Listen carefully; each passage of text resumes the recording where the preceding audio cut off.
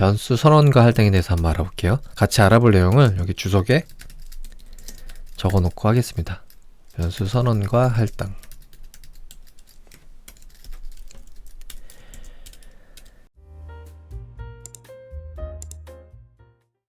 변수 선언은 저희가 이렇게 바에는 10 이렇게 했잖아요. 이렇게 한 줄이지만 두 개의 부분으로 나눌 수가 있어요.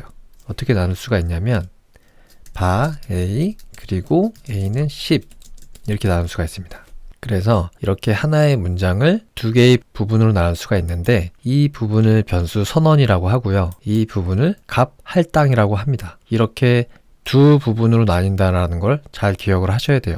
변수 선언은 알리는 거예요. 나 여기 있어. 날 사용할 수 있어. 라고 이제 알리는 겁니다. 그리고 값 할당은 실제로 변수에 어떤 값을 넣으면서 사용을 하는 거죠. 그리고 A는 20 이렇게 하는 거를 변수의 값을 재할당한다라고 해요. 변수니까 변할 수 있는 수니까 값을 재할당할 수 있겠죠. 때로는 이렇게 동시에 x는 10, y는 20, z는 30 이렇게 동시에 선언할 수가 있어요. 한번 출력을 해볼까요? 콘솔 로그 x, y, z 동시에 선언한 x, y, z가 잘 선언되고 초기화된 것을 확인할 수가 있죠. 근데 let 변수도 선언과 할당을 달리할 수가 있어요. let ag 선언을 하고 ag는 9 이렇게 값 할당을 따로 나눠서 할 수가 있습니다. 그런데 const는 아니에요. 이 부분이 중요합니다.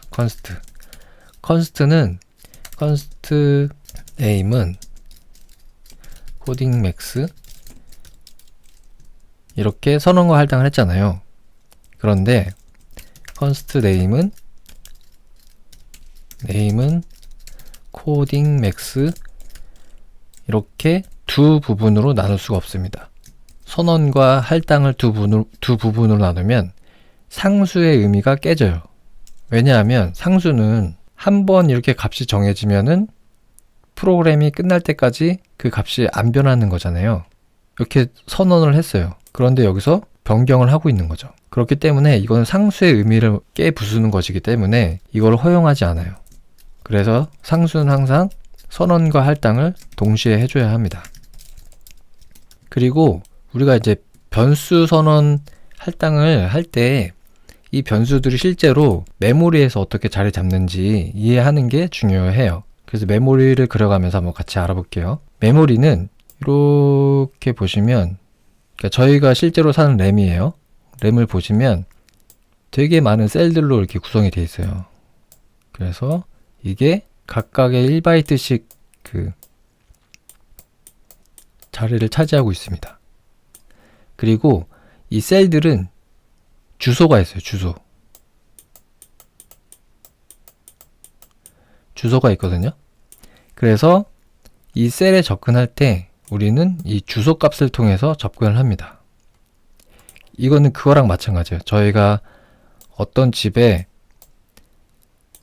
친구 집에 편지를 보낸다라고 했을 때 편지에 주소를 쓰잖아요. 그죠?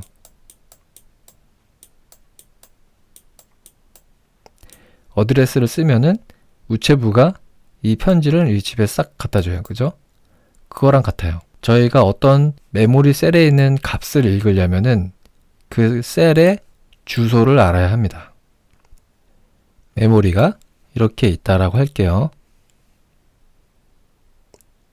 그리고 let x는 10 이 선언과 할당을 한번 메모리에서 어떻게 되는지 그려보겠습니다. let x는 10을 선언하고 할당하면은 메모리에는 일단 값이 이렇게 딱 잡혀요. 그래서 값 10을 이렇게 담고 있는 메모리 셀이 하나 생겨요. 그리고 이 메모리 셀은 주소를 가지고 있어요. 시작 주소를. 그 시작 주소가 만약에 A라고 해볼게요. 대문자 A. 그리고 X 변수가 여기 이렇게 잡힙니다. 얘도 어떤 주소가 있을 거예요. 뭐 B라는 주소가 있겠죠. 그리고 이 X 변수는 값을 A를 담고 있는 거예요. A 주소를. 그래서 이 A 주소는 어딘가요? 여기죠.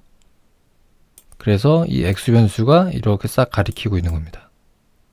그죠? y도 마찬가지예요. y도 어딘가에 이렇게 생기고 또 값도 어딘가에 20이 이렇게 생겨요. 그러면 y는 이 20이 담긴 셀의 주소 뭐 0xf다. 그러면은 얘는 0xf를 가지고 있는 거예요. 그래서 이렇게 싹 가리키고 있는 거죠. 이렇게 가리키고 있기 때문에 x도 가리키고 있고 y도 이렇게 가리키고 있잖아요. 그래서 x나 y 같은 변수의 아이덴티파이어 이런 것들을 포인터 변수라고 해요. 이 포인터가 뭐냐면요, 가리키다라는 의미거든요.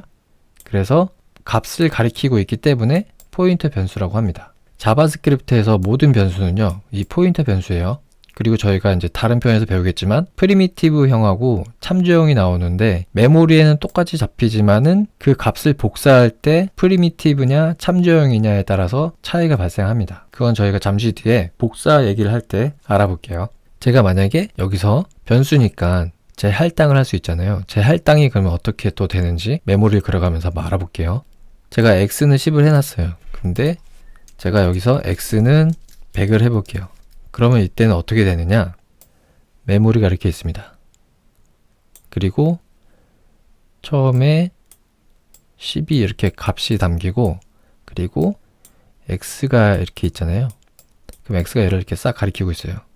그리고 제가 여기에서 x는 100으로 변경을 했어요. 그러면 값 100이 메모리 셀의 어딘가에 담깁니다. 그리고 이 주소는 999번지라고 해볼게요. 그리고 이 10을 담고 있던 메모리 셀의 주소는 30이라고 해볼게요. 그럼 처음에 얘는 30을 담고 있었어요. 그래서 30번지의 주소에 있는 10을 가리키고 있던 겁니다. 그런데 제가 이렇게 100을 딱 하는 순간 x는 30이 아니라 999로 변경이 돼요. 그래서 이 포인터는 사라지고 이렇게 포인팅이 바뀝니다. 그래서 x는 100이 되는 거예요. 이 상태에서 제가 콘솔 로그 x를 이렇게 출력을 하잖아요. 그러면은 100이 나오겠죠? 그럼 어떻게 되냐면 이 자바스크립트 엔진은 x가 가리키고 있는 번지, 그러니까 현재 999니까 이 번지로 가서 값을 가져와요. 그래서 100을 가져온 다음에 100을 출력을 하는 겁니다. 콘솔 로그로. 지금까지 이제 자바스크립트에서 변수 선언과 할당을 알아봤고요. 그리고 이 변수 선언과 할당이 실제로 메모리에서 어떻게 배치되는지를 같이 한번 알아봤어요. 자바스크립트에서 변수는 포인터 변수다라는 것을 항상 기억을 하셔야 됩니다.